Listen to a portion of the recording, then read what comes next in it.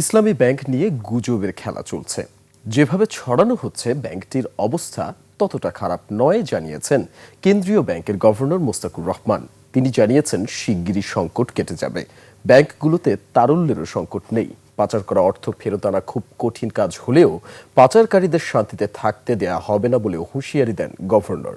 সাদাত হাবিব সেতুর রিপোর্ট।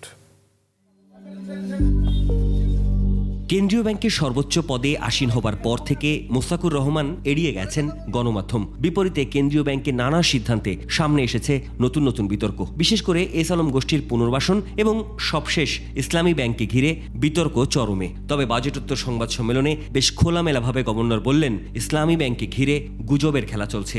ইসলামী ব্যাংকে আমরা কোনো লোনের জন্য বলি না, কাউকে বদলির জন্য বলি না, কাউর প্রমোশনের জন্য বলি নাই, এই অভিযোগ নাই। কিন্তু সোশ্যাল মিডিয়া গরম যে অবৈধ হস্তক্ষেপ করছে সরকার। গভর্নর নিজেই ঋণ খেলাপে কিনা এ নিয়ে সর্বসাধারণের মনে নানা সংশয়। এই সংবাদ সম্মেলনেও সামনে এসেছে খোদ গভর্নরের খেলাপি ঋণের ইস্যু।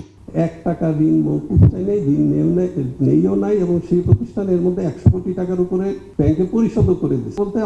বলতে একটা মিথ্যা কথাকে সত্য অনেক সময় করে ফেলি। খেলাপি ঋণ যখন 35% উপরে এবং বিলিয়ন বিলিয়ন ডলার অর্থ পাচারের গল্প চারিদিকে, তার বিপরীতে প্রথমবারের মতো জনসমক্ষে হুঁশিয়ারি দিলেন মোস্তাকুর রহমান। আমাদের প্রতিজ্ঞা হচ্ছে যে যারা টাকা চুরি করে নিয়ে গেছে তাদেরকে আমরা শান্তিতে থাকতে দিব না।